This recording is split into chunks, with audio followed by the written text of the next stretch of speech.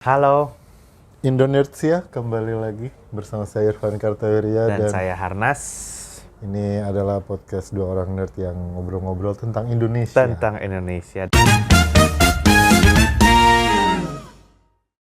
Kita mau bahas tentang yang lagi panas sekarang, yang lagi hangat lah. Iya. Mungkin udah nggak terlalu panas ya, agak hangat. Oh lah masih sekarang. Van, masih diangetin terus soalnya.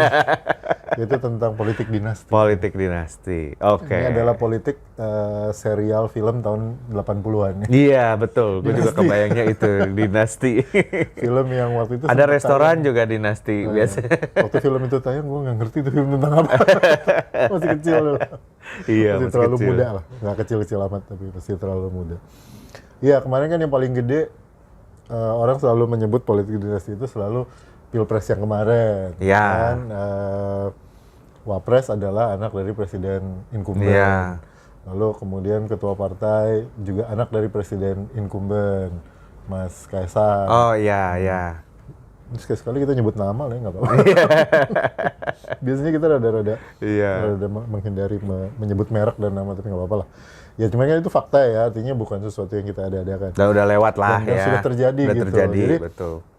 kalau kemarin kan orang ribut gitu bahwa kenapa kok seolah-olah, bukan seolah-olah sih, ya memang kenyataannya adalah mendorong keluarga inti, jadi anak-anaknya untuk seorang pejabat mendorong anak-anaknya untuk menduduki jabatan-jabatan politis misalnya gitu ya. Itu kan yang di Medan juga kan hitungannya menantu gitu, menantunya Pak Jokowi jadi wali kota di Medan, anak paling gedenya jadi Wapres terpilih, belum ya, berarti belum dilantik Iya, kan, belum jadi dilantik. Wapres terpilih, lalu anak berikutnya adiknya Kaisang jadi ketua partai PSI. Sekarang kan kemudian banyak yang membahas tentang itu ya. Mungkin teman-teman juga banyak lah udah nonton ya, kayak apa, obrolannya Panji misalnya, itu kan udah ngebahas panjang lebar tentang politik dinasti Iya. gitu. Tapi menurut gua memang politik dinasti itu hobi, Van. Menarik ngikutinnya. Kayak kalau teman-teman nonton Game of Thrones itu politik dinasti Oh, iya, isinya, betul. ya kan? Itu kan isinya politik dinasti itu. Nah, iya. Atau itu Bridgerton juga, ya kan? Makanya Iya. film zaman-zaman dulu tuh selalu nyeritain tentang seru aja gitu ngeliatinnya ya. Nanti ini ada intrik apa, mau kemana gitu kan. Nah, Itu kan politik dinasti tuh. Justru gitu, Har. Kalau yang kita sebut politik dinasti itu kan biasanya adanya di kerajaan. Kan kayak Queen Elizabeth meninggal, Heeh. dilanjutin oleh anaknya gitu Iya. kan. Nah, jadi ya biasanya kalau yang dinasti kan kita taunya dinasti Ming gitu. Dinasti Iya, iya betul. Dinasti Rajasa di Iya. Majapahit, Singosari Iya, Majapahit dinasti gitu. Sailendra gitu ya. Dinasti Sailendra gitu. Tapi sebenarnya ada ini sih, ada dinasti-dinasti kecil di Amerika juga ada kan, misalnya keluarga Kennedy. Ya, Nah, sekarang cucunya ya, apa anaknya itu menyalonkan diri jadi presiden juga tuh, tapi dari independen gitu. Jadi Amerika pun mengenal kayak dinasti-dinasti gitu, Van. Ada dinasti Kennedy karena Iya, kayak iya. Arnold Schwarzenegger itu bisa jadi gubernur California. Maria Shriver istrinya itu keluarga Kennedy itu. Oh, oke. Jadi dia bisa jadi gubernur California karena dia koneksinya memang kuat gitu. Iya. Jadi sebetulnya sih apa ya? Gue pernah menarik baca buku, kalau nggak salah Guns, Germs and Steel ya, Jared oke, Diamond iya, tuh iya, ya. Dia tuh kan manusia ini kan tadinya hunter gatherer gitu, ya kan. Dia berburu gitu. Waktu berburu nggak ada organisasinya tuh, keluarga-keluarga aja gitu. Terus ketika dia mulai bercocok tanam, jadi dia diam di satu tempat, mulai itu ada Terbentuk. Iya, betul. ada pemimpinnya, Iya. ada kerajaannya gitu ya, dan itu kan satu misteri. Lu hidup sendirian bebas-bebas aja, nggak usah bayar pajak ya kan. Tapi kenapa kok orang-orang ini kayaknya suka ditindas gitu? Ya, kalau gua buku nggak ditindas kayaknya kurang seru gitu. Yuk kita pilih satu raja terus rajanya menindas semua orang gitu kan. Jadi jadi apa ya? Jadi Iya, seru iya, gitu, dia bilang gitu. Tapi organisasi kerajaan-kerajaan itu ya, jadi kenapa sih kita mesti milih raja? Iya, Udah aja iya. semua sepakat misalnya, nggak usah ada pemimpinnya gitu ya. Iya. Nah itu tuh mulai ketika agriculture tuh dimulai, karena mulai terorganisir, dia bilang gitu. Dan sebenarnya dia juga gua nggak nangkep kesimpulannya kenapa sih Ya gitu ya. mungkin natural aja ya, Har. Kalau lu bayangin kalau orang mulai berkumpul gitu ya. Kalau dulu kan ya misalnya berburu gitu tuh. Dapat binatang buruan gitu kan langsung dibagi aja, langsung perhitungannya kan langsung straightforward ya, jasa kan, siapa yang paling gede jasanya, siapa yang paling maju, tombak siapa yang nancep, dia yang paling gede jatahnya Iya. gitu kan. Itu siapa yang ngadepin terakhir yang ngerubuhin itu binatang buruan, dia yang dapat jatah paling gede. Betul. Paling enggak dia boleh milih mau bagian apa dapatnya. Betul. Tapi begitu lo bercocok tanam yang periode panjang gitu ya, zaman dulu kan orang nanam gandum tuh bisa setahun gitu. Artinya kan ada stok, ada pembagian kerja yang Iya. hasilnya nggak langsung. Kalau Betul. berburu kan lo nombak sekarang, binatangnya jatuh sekarang. Iya betul. Langsung makan sekarang gitu ya. Kalau bercocok tanam kan lo gali, nanam, 6 bulan lagi lo baru makan. Betul, Gitu. 6 Jadi bulan kan harus lagi. ada stok, ada segala macam, sehingga perlu sebuah organisasi. Siapa dapat apa, dapatnya berapa. Dan karena I itu see. kemudian sambil menunggu pun akan ada peristiwa-peristiwa kan, kayak misalnya siapa yang jaga desa. Iya. Kan pasti dipilih orang-orang yang ya mungkin badannya paling gede, larinya paling kenceng, nombaknya paling jago kan. Yang itu kemudian menjadi cikal bakal angkatan bersenjata gitu ya. Iya. Jadi tentara atau pasukan pengamanan. Lalu kemudian selalu ada orang bijak yang membagi-bagi tugas dan lain-lain kan. Iya. Kayak, ya udah kamu yang berangkat. Biasanya gimana Pak? Oh biasanya mah begini. Nah itu selalu ada wise guy dan selalu ada dukun satu lagi. Yang bagian dukunnya bukan cuma bagian ngobat-ngobatin, tapi mendapat wangsit dari langit Iya, gitu. apa yang harus dilakukan gitu ya.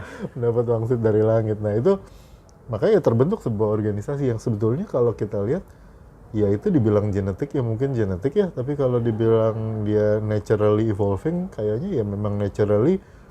Gini, kalau lu eksperimen gitu ya, kita mungkin eksperimen gitu 100 orang yang tidak saling mengenal dari berbagai suku bangsa kumpulin jadi di satu tempat, terus disuruh hidup secara mandiri di tempat itu, pasti langsung nunjuk siapa pemimpinnya, siapa yang Iya, jaga desa, betul. siapa yang ngurus ini itu. Kayaknya natural gitu. Makanya lu bilang kita itu kalau nggak ditindas Iya, kayaknya kok nggak seru kurang gitu. seru. Kayaknya Pertanyaannya di salah satu buku itu memang natural sih, Memang kayak natural ya. memimpin menunjuk pimpinan itu atau meminta seseorang memimpin ya.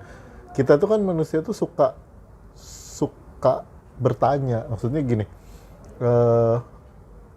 dulu gue di beberapa organisasi termasuk tempat gue kerja sekarang, salah satu staff gue itu kompetennya luar biasa, best lecturer lah, best researcher segala macam.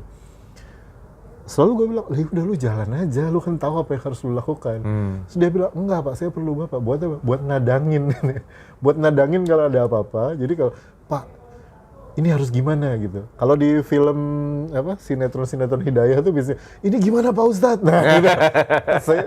Gue sebagai leaders itu fungsinya itu gitu, untuk nadangin dan mengambil alih tanggung jawab. Jadi bukan kalau menindas ya. bukan. Nanti begitu misalnya sudah terjadi terus ternyata tidak sesuai dengan harapan, kan mereka bisa lempar tanggung jawab ke gue, kata Bapak boleh gitu. Iya, Gitu. betul. Jadi memang kita tuh suka gitu ada orang yang men-take over ke tanggung jawab kita gitu, artinya tempat kita bertanya, tempat kita melemparkan tanggung jawab gitu. Kita tuh suka, kalau gue lihatnya kita sebagai manusia tuh emang suka aja gitu. Gitu. Jadi kayak makanya natural sih ada sebuah society ada pemimpinnya itu menurut gue natural sekali. Iya. Gitu. Masalahnya kan milih pemimpinnya nih, ya kan? Milih pemimpinnya nih. Nah, Gitu. Jadi kalau bicara politik dinasti itu sebetulnya bukan cuma di politik, Van. Yang membuat mengkhawatirkan adalah ini juga banyak terjadi di korporasi, oh iya, korporasi, di industri. perusahaan keluarga. Perusahaan Indonesia itu keluarga semua, Van. Perusahaan Indonesia itu perusahaan Rata-rata keluarga, jangan Indonesia, Jerman juga sama. Semua rata-rata perusahaan keluarga Oh, kok. gue mau kasih tahu satu juga. Yayasan pendidikan juga gitu.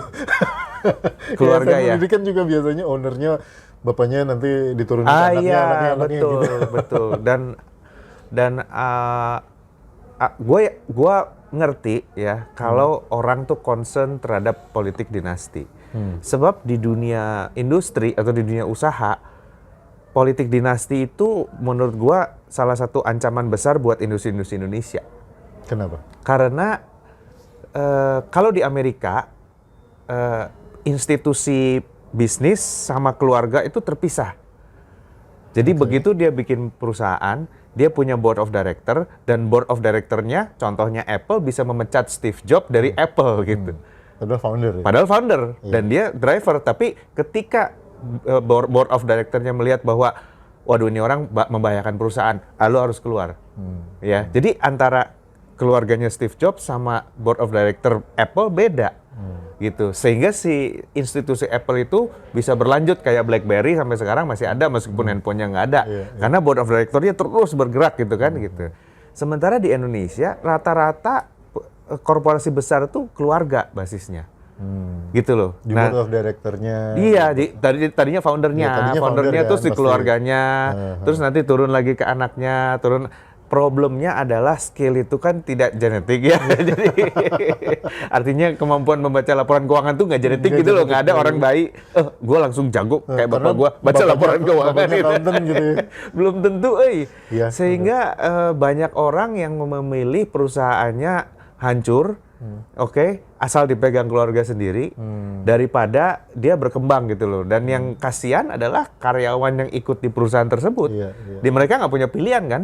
Kalau pemimpinnya pas anaknya lagi bagus, ya udah, ya kayak negara sebenarnya sama. Tapi kalau pas apes, ya udah apes gitu kan. Gitu. Dan itu menurut gua jarang itu jadi concern. Dan gue yakin kalau teman-teman misalnya karyawan di perusahaan keluarga dan melihat seperti itu, tiba-tiba sekarang di politik mau dinasti juga, waduh, ngeri dong, ya kan? Langsung, karena itu pertama kalau anaknya owner misalnya, ya, anaknya presiden, anaknya owner gitu kan, pertama kan dia ada privilege, ya kan? Tapi yang kedua, belum tentu sifatnya tuh sama bapaknya gitu. Ya, belum tentu sifatnya sama bapaknya gitu. Gue pernah punya pengalaman satu kali, ada satu customer yang di manage oleh anaknya ini kebetulan ya. Terus nggak bayar-bayar gitu kan. Lama, aduh kita nagihnya udah sampai dengan berbagai macam cara ya.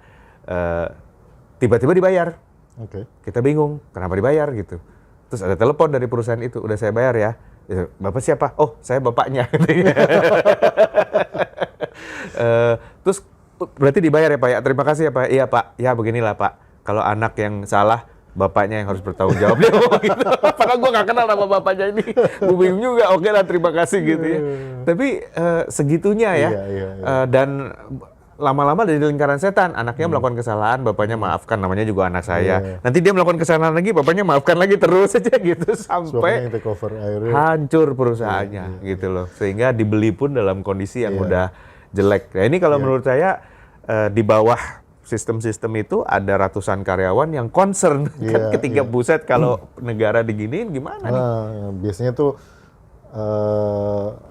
anak-anak yang sebenarnya mah disiapin sama orang tuanya, tapi kan belum tentu feeling sama passionnya belum tentu di situ, di perusahaan itu. Kayak misalnya lu di sekolah bisnis sampai ke Amerika gitu. Menurut gue sih it's not about feeling, it's not about fashion, it's about skill. Itu dia makanya. It's about skill gitu loh. Memimpin satu perusahaan tuh skill. Dulu bapaknya karyawannya 10, sekarang karyawannya 1000. Nah si anak ini belum tentu punya skill untuk menghandle 1000 karyawan. Meskipun masalahnya udah disiapin gitu ya. Meskipun udah disiapin. Makanya kalau passionnya nggak di situ ya dia belajarnya nggak bener, maka skillnya nggak bagus gitu. Kalau kita lihat ya, kadang-kadang gue ngobrol ada teman yang posisinya anak owner. Itu berat, Van. Berat loh. Lu datang ke satu perusahaan dengan posisi lu anak owner is very difficult job. Karena dia lu kan di situ karena bapak lu gitu loh. Dia berusaha membuktikan diri nih. Gue juga bisa nih gitu. Tapi semua anak buahnya waktu dulu lu kecil gue yang nganter ke sekolah kan gitu kan. Itu sementara bapaknya ngasih ke dia nih. Sekarang lu yang pegang. Nah, si anak ini mau gimana? Setiap langkah dia dilihat pakai kaca pembesar, begitu bikin kesalahan kan kayak gitu loh.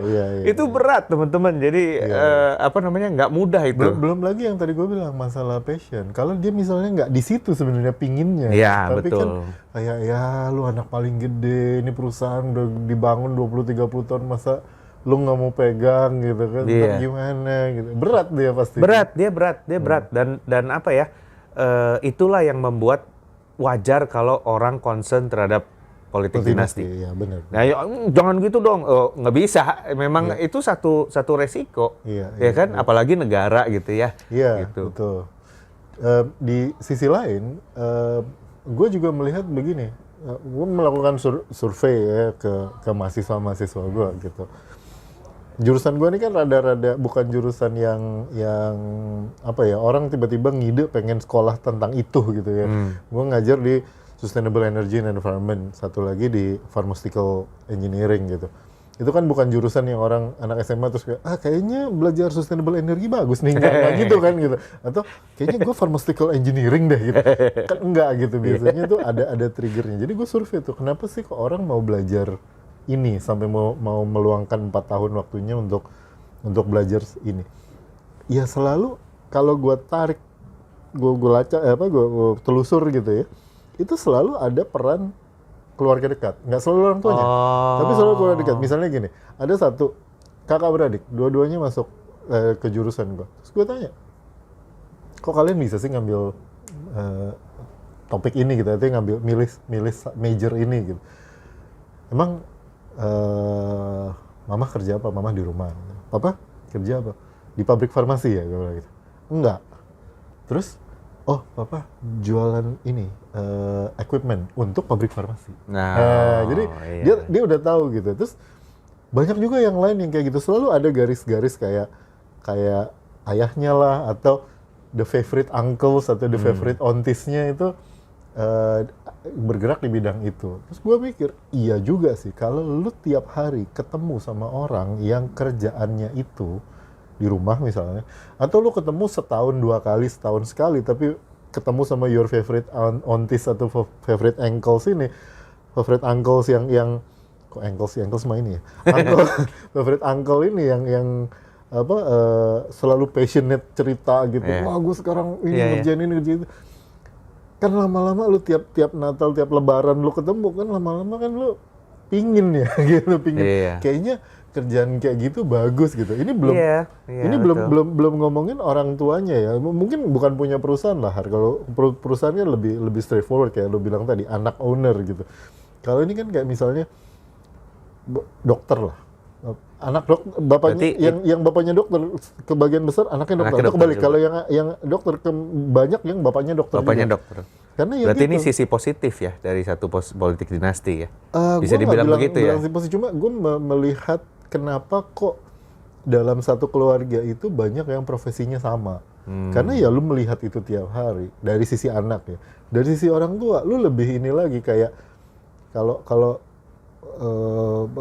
gue kerja di bank misalnya, ya gue tahu bahwa dengan gue kerja di bank ini sebagai mungkin karir tertinggi sebagai kepala cabang atau apa, gue bisa menghidupi keluarga gue dengan baik, anak-anak gue sekolah dengan baik, rumah bagus, mobil ada, segala macam lah, standar kesejahteraan Indonesia lah ya gitu ya.